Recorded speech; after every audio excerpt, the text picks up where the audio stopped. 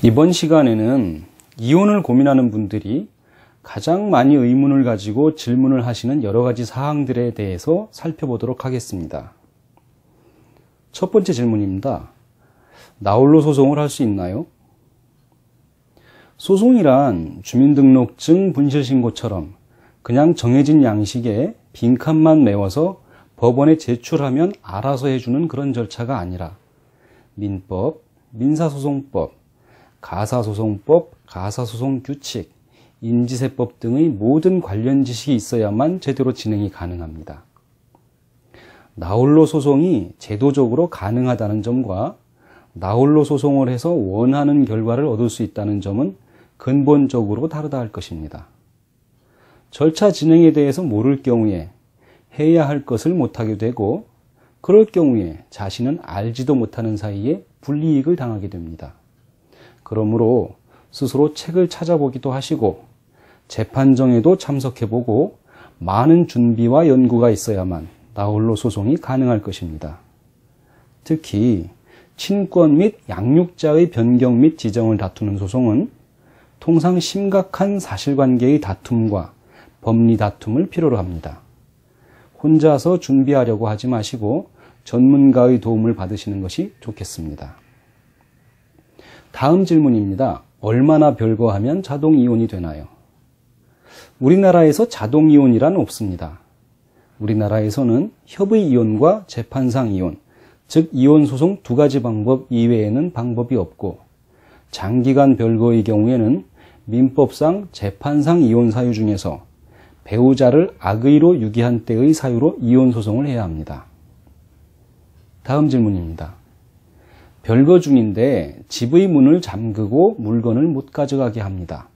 억지로 들어가도 되나요? 서로 주거를 달리하는 경우에 법적인 부부관계가 유지된다고 하더라도 주거 침입의 죄가 성립될 여지가 있습니다. 그러므로 이런 경우에는 서로 협의하여 방문하는 것이 최선이고, 만일 이러한 최선책이 어려울 경우에는 적어도 상대방이 집에 있을 때 방문하는 것이 좋습니다. 다음 질문입니다. 집을 나올 때 내가 가지고 온 혼수를 가지고 나와도 되나요? 혼수란 통상 예물이나 가재도구 등으로 나뉘어지는데, 이 중 예물은 혼인 성립을 조건으로 하는 증여의 성격이므로 개인의 특유재산이 됩니다. 그러므로 가지고 나와도 문제가 없습니다.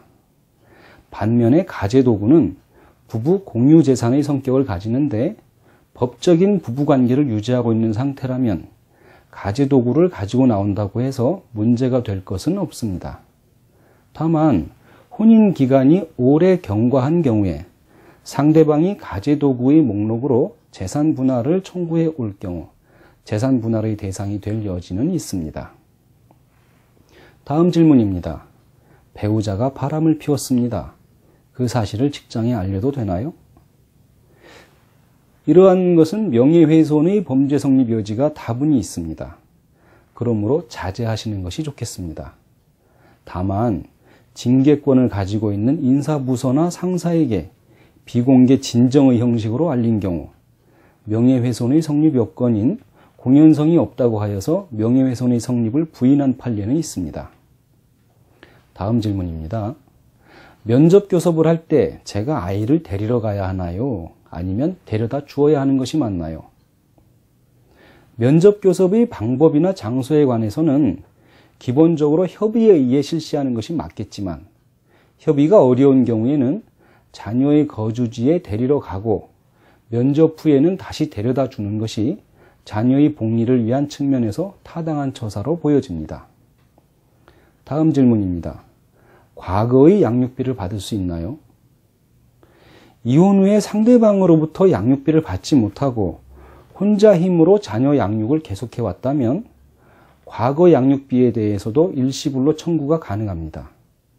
다만 법원에서는 월 양육비에 미지급 개월수를 곱한 산술적 계산에 의한 지급을 판결하지 아니하고 금액과 기간을 감안하여서 적절한 금액을 조절하여 판결합니다.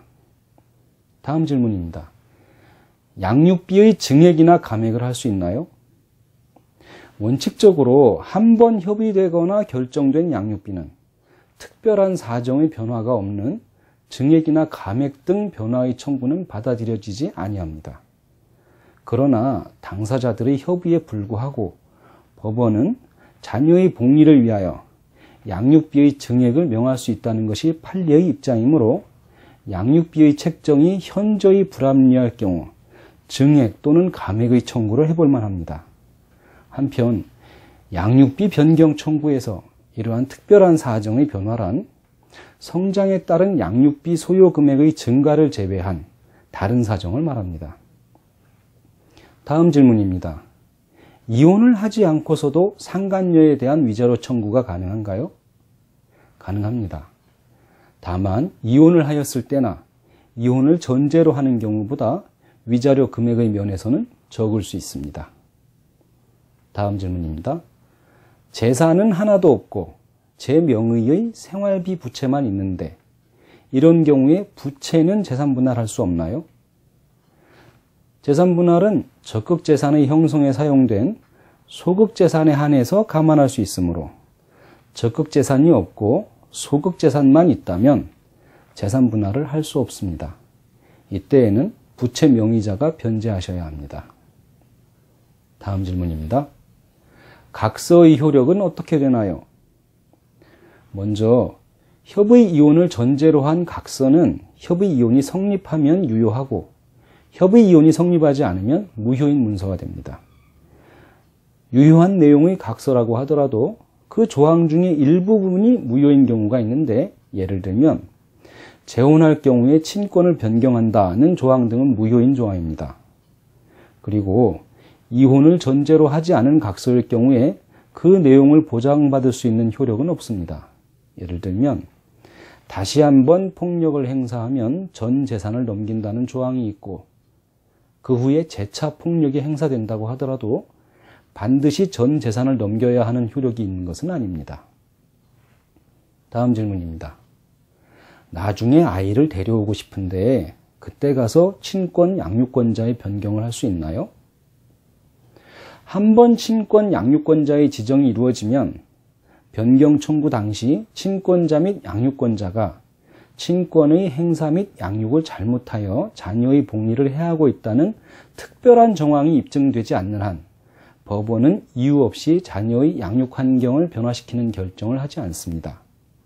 그러므로 나중에 데리고 오고 싶을 때 마음먹은 대로 친권 양육권의 변경을 허가받기는 어려우므로 자녀 양육의 의지가 있다면 이혼 당시에 소송을 하더라도 친권 양육권의 지정을 얻어야 합니다.